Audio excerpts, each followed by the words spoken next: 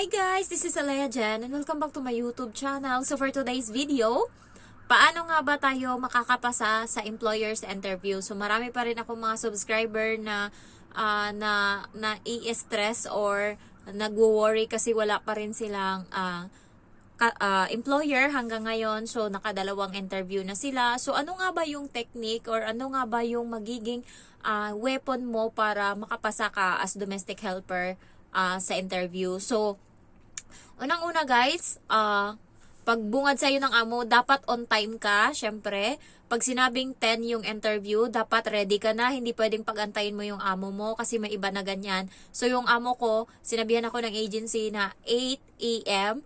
mag-interview siya. So wala nang update, wala. Bigla na lang tumawag yung Hong Kong na number. So ako, dapat 10, before 10, ready na ako. Nakasuot na ako ng long sleeve, nakapantalon ako kahit mainit nung time na yon. Sinicure ko yung yung data ko kasi hindi pwedeng choppy or hindi pwedeng wala akong mahina pa naman yung signal sa bahay. So ang ginawa ko, bago umalis yung kapitbahay namin na may wifi, nagbayad muna ako ng 20 pesos para makakonect ako doon sa wifi niya. Sabi ko may interview kasi ako kailangan ko. So doon ako sa baba, sa taas yung bahay namin, so yung second floor yung inuupahan namin. Bumaba ako doon sa may mga tao, doon ako kasi doon yung wifi. So nung alas 10 na, may tumawag. So sinagot ko kaagad, "Hello ma'am, good morning." Sabi kong ganon. Sabi niya, "Hi." Tapos sabi niya, I'm the prospective employer. Sabi niya ganun. Ako yung nag-ano na mag-interview sa'yo. So, tell me about yourself. So, ayun. Sinabi ko, dapat yung weapon mo, marunong ka na sa introduce yourself. So, yun yung practicein mo. Hindi pwedeng wala kang bala pag pupunta ka. Yung mga possible na mga question na tingin mo itatanong sa'yo, practicein mo na yan. Ganyan ako guys. Before pa lang ang interview, ang dami ko nang pinanood ng mga vlog, yung mga question. Ang dami ko na lahat-lahat na ng mga vlogger nung time na yon. Pinapanood ko kung ano yung mga possible question na pwedeng itanong ng mga employer sa katulong na i-hire nila. So, unang-una yung introduce yourself, kinabisado ko yan. Ayun, so, "Hi ma'am, my name is Genevieve Guarin, 27 years old. I'm single." Sabi kong ganun. My father's name, sabi ko pang ganun, is Balbino Garin. Sinabi ko pa talaga yung yung mama ko tsaka papa ko yung pangalan. And both of my parents are farmers. I also graduated in high school. Tapos sabi ko, hindi ko na maalala kung paano yung pag-ano ko nung time na yon. Pero sabi ko, I also take up vocational course for 6 months, which is English proficiency. Sabi kong ganon. So, I also work as a domestic helper here in Hong Kong, here in Philippines for 3 years. And I serve 4 members of the family. Sabi ko, a couple, a wife and a husband, and then 2 kids. 1 kid is 5 years old boy and the other is 3 years old girl. Sabi kong ganon. So, ayun. Pagkatapos ko nun, nagsabi sila, "So, nandyan ka nung newborn pa yung bata?" Sabi ko, "Hindi ma'am. No ma'am. When I apply as a domestic helper, she's already 3 years old. So now she's already 6. Sabi kong ganon. So, okay. Sabi niyang ganon. Tapos, nag-flow na yung usapan. Sabi niya ganon, "Okay lang ba sa'yo na Saturday yung off mo?" Sabi ko, "Yes ma'am." And then, sabi niya, ano pa ba yung sabi niya? Okay lang sa'yo na Saturday yung off mo. Tapos, ang tanong niya pa sa akin, "Marunong ka bang magluto?" Sabi niya ganon sa akin. Sabi ko, as of now, I know how to cook Filipino food. And also, I was looking in YouTube a video how to cook Chinese food. Sabi kong ganon. Sabi niya, "What is your favorite dish?" Sabi ko, my favorite one is sisig. It was a grilled pork, and then you chop it little, and then you cook it with margarine and mayonnaise, and sabi ko ganon, and with chili. Sabi ko ganon, "Okay, I really want to try it." Sabi niya. Sabi ko, "Yes ma'am, it was so yummy." Sabi ko ganon. Tapos yung amo kong lalaki nagsabi na kung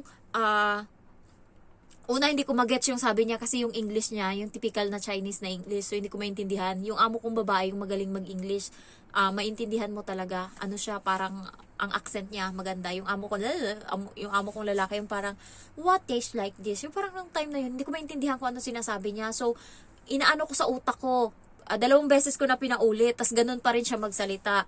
So, ngayon, inulit ko uli. Sabi ko, gumanon ako sa kanya. Sabi ko, uh, uh, my salary if I was hired in Hong Kong, it would be 30,000. Sabi kong ganun. It would be 30,000 in our money. So, 10,000 is I send it to my mom and 20,000 I keep it for myself. Sabi niya din, oh, I hear there's a chicken in your background. Sabi niya ganun. Sabi ko, oh yeah. Sabi ko, our neighbor is taking care of the rooster for a derby. Sabi ko ganun, tapos tumawa ako. Kasi syempre, hindi ko maano yung explain ko nung time na yun. Tapos, sabi nung time pala na yun ng amo kong babae, ano yung mga tinuturo mo? What did you teach for the kids? Sabi kong ganun. I was the one sending them and fetching them from school. I also cook, ironing, wash the dishes, clean the whole house. Tapos sabi niya, okay. Tapos sabi niya, oh, by the way, this is sir. Sabi niya nung una. Tapos tinuro niya yung amo kong lalaki. Sabi ko, hi sir. Tapos tumawa ko, hi sir. Sabi ko ganun, tapos tumawa ko. So, nung time na yun, plus points yun. Kasi gusto nila, medyo yung masayahin. Yun talaga yung pinakagusto ng mga Chinese, yung masayahin. Ayaw nila ng ganun.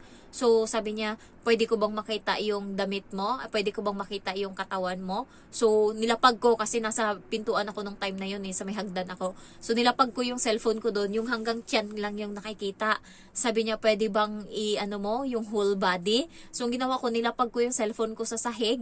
Tapos, naglakad ako. Tapos sabi niya, okay na, okay. Sabi niya ganun. So, medyo satisfied ata siya sa build ng katawan ko nung time na yon. Medyo mataba-taba ako konti nung time na yon. 52 ata yung kilo ko. Ngayon is 49 ata ako or 47. So, next na tinanong ng amo ko sa akin kung paano ko alagaan yung bata. Sabi kong ganun sa kanya na I will treat her as my own daughter or as my sister. Sabi kong ganon. Tapos parang doon plus points yun sa kanila. Kasi nga parang iniisip nila pamilya talaga. So medyo ako doon, okay sa akin. Naiwan ko, nung time kasi na tinanong ko sila, sabi niya kasi sa akin, may gusto ka bang itanong sa akin? Sabi ko, ano yung pangalan mo? Tapos ilang taon ka na? Guys, wag niyong tatanungin yung amo niyo kung ilang taon na sila. Na-offend pala sila. Yung amo ko na-offend siya nung tinanong ko siya niyan, pati yung mama niya. Kasi nga, bata sila tignan yung mukha nila, pero yung edad nila matanda na, kaya ayaw nila sabihin yung edad nila. Kaya wag niyong tinatanong. Ngayon ko lang nalaman nung nag-uusap kami tungkol sa Indonesia nakatulong na tinanong yung nanay niya kung ilang taon na, hindi makasagot yung nanay niya kung ilang taon na siya. Kasi nga, parang para sa kanila nahihiya sila sa edad nila na matanda, tapos yung mukha nila medyo okay pa, so ayaw nilang sabihin.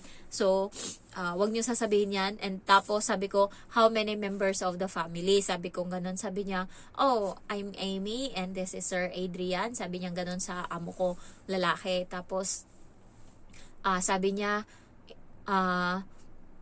we are only 3 members, me and sir and our kid, a girl. Tapos parang doon nung time na yun nung sinabi nila sa akin na babae yung bata, parang Diyos ko, pumitik talaga ako. Gusto ko ng babae na bata. Ayoko ng lalaki kasi makulit yan. Salbahe yan. So, talagang sabi ko, itry ko na talaga yung best ko kasi last shot ko na to. Kasi yung una kong employer na hindi ako in-interview, hinire lang ako kasi 2 sila Nauna yung isa, 6 sila na puro matatanda. Hindi ko alam kung adult yung nakalagay, 6. Tapos yung bahay, 1.6. So ayoko noon kasi may aso. Sabi ko, ayoko doon. Kaya gusto ko kahit may own room ako doon. Sabi ko, ayoko doon. Gusto ko yung may bata tas walang aso ba. Ayoko talaga ng may aso. Tas yun, nung nalaman ko na wala silang aso, tapos bata lang yung alagaan ko, 4 na taong gulang siya nung time na yun, 4 and a half. So, pinush ko na talaga ng maigi. Sabi ko sa amo ko, Ma'am, I was also watching video. I already take down notes on how to cook Chinese food. So, I think I was a fast learner. So, I can assure you that I will going to follow your rules in the house. Sabi kong ganun sa kanya. So, talagang binenta ko na talaga yung sarili ko. Tapos parang, natuwa sila sa pagiging ganun ko. Tapos, tumatawa din kasi ako. Sanay kasi ako sa interview na ganyan nung nag-apply ako sa mall. Dumadaan kami sa butas ng karayom. So, wala na akong hiya. Kaya nung time na yun talaga, todo na talaga, lalo nung malaman ko na isa lang yung bata, ay talagang i-push ko na talaga to. Kaya nung pagkatapos ng interview ko, sabi niya, okay, thank you so much. Sabi ko, thank you ma'am, bye-bye. Sabi kong ganon. Tapos, alas 11 ata yun nangyari, natapos. Pero mga siguro ilang minutes lang naman kami nag-usap. Hindi ko lang sure. Basta mga alauna, minessage na ako ng agency sa Hong Kong na hinire na ako ng amo ko. So, yun. Pagdating dito, nagustuhan ako ng matanda. Hindi nila in-expect nung una yung mukha ko. Kasi sa video, malapad yung mukha ko, guys. Kahit dito, malapad siya. Pero sa personal, sobrang maliit siya. Maliit yung mukha ko sa personal. Hindi ko alam bakit ang lapad ng mukha ko sa video. So, nung dumating ako, na-shock yung amo kong babae na ganito yung mukha ko. Tapos, parang okay naman siya kausap. Sabi ko sa kanya, pero nung time na yun, yung amo ko medyo mabait pa. Mayroon pa akong pagkain sa plane, ha. Binigyan niya ako ng pagkain sa plane. So, sabi ko sa kanya, meron ka bang mga rules mo sa bahay, papel, ganyan, para alam ko kung ano yung ano. Ako na mismo yung nagsabi, kaya nung time na yun pa lang, alam na ng amo ko na medyo may alam ako tungkol sa mga rules. Syempre, ang dami ko pa namang pinapanood. Ilang buwan kong pinanood yan. Nagsimula ako February. Na-hire ako June. So, ilang buwan ko talagang pinag-aralan talaga yung Hong Kong na nakapunta ako dito sa Hong Kong June. So, pagdating pa lang, ako nang umuna. Sabi ko sa amo ko, baka meron kang papel dyan kung ano yung gagawin ko sa umaga, ganyan-ganyan, may routine, para alam ko. Sabi niya ganon, naglalakad kami. So, sabi niya, wala akong ganyan. Pero kung gusto mo, pwede naman kitang gawan. Sabi niya ganun. Sabi ko, okay. Tapos, ang ginagawa ko, kasi nailang ako, 2 kami sa train nakatayo. Tapos, ang ginagawa ko, pinag-aralan ko yung train. So, tinitignan ko yung train. Ito, ganto. Ini-explainan niya ako kung saan yung bata nag-aaral, ganyan. So, hindi ko maintindihan nung time na yun. So, hindi ko siya iniintindi. Basta tinitignan ko lang, inaaral ko yung train. Kaya magaling ako sa train nung bago ako dito. Hindi ako naligaw-ligaw. Kasi nga, pinag-aralan ko talaga yan. So, pero bobo talaga ako, lalo yung tram na yan, yung maliit na hindi ako marunong dyan. Yung parang ding-ding tawag nila dyan. Hindi pa ako nakasakay dyan ni isang beses, promise. Mag 3 years na ako dito sa Hong Kong. So, hindi ako marunong yan. So, yun lang. Okay naman sila. Nung una lang, nagsiselos lang siya. Tapos pagdating namin doon sa bahay ng matanda, nung pag pinakilala niya na ako, tapos nakita ng matanda yung mukha ko, parang ang gaan ng mukha ng matanda. Tapos binigyan niya ako ng maraming pagkain nung time na yun. Isang pack ng candy, tapos kung ano-ano pa binigay ng matanda sa akin. Tapos yun, natuwa sila sa nunal ko. Tsaka nung time na yun, plus points, red na damit yung sinuot ko, kasi sabi nila gusto ng mga red na damit. So ang ginawa ko, red na damit nung pagpunta ko doon, yung plus points para naman kahit paano tumino-tino. Tapos yun pa lang, magdadalawang linggo na ako. Doon ko pa lang na naranasang kumain ng matino na pagkain. Yung parang maiyak ako nung nakakain ako ng chicken, tas kanin, tas gulay. Kasi dito sa bahay, puro piyaya lang yung kinakain ko nung time na yun, noodles. Kasi hindi sila nagsasaing, hindi sila kumakain ng kanin, guys. So, lang sila, labas sila kumakain parati. So, nung time na yun, halos wala talaga akong pagkain. Kaya pumayat talaga ako. Kaya pagbalik ko dito sa Hong Kong, nung nagbakasyon ako, tas puro ako kain, na-maintain ko na yung katawan ko. Ngayon medyo maano-ano na ako, malaman-laman na, kasi nga minintain ko na. Dati kasi namayat lang ako noon ng sobra kasi nasimulan ako. Tas ang hirap bumawi ng taba dito. Pero nung nakauwi ako ng Pinas, nakapagpahinga, kumain, nakabawi ako ng taba, hindi ko na binitawan yung taba na yun. So, minintain ko na siya hanggang sa, yun, may bilbil na ako ngayon. So, thank you guys for watching and I love you all. Bye-bye.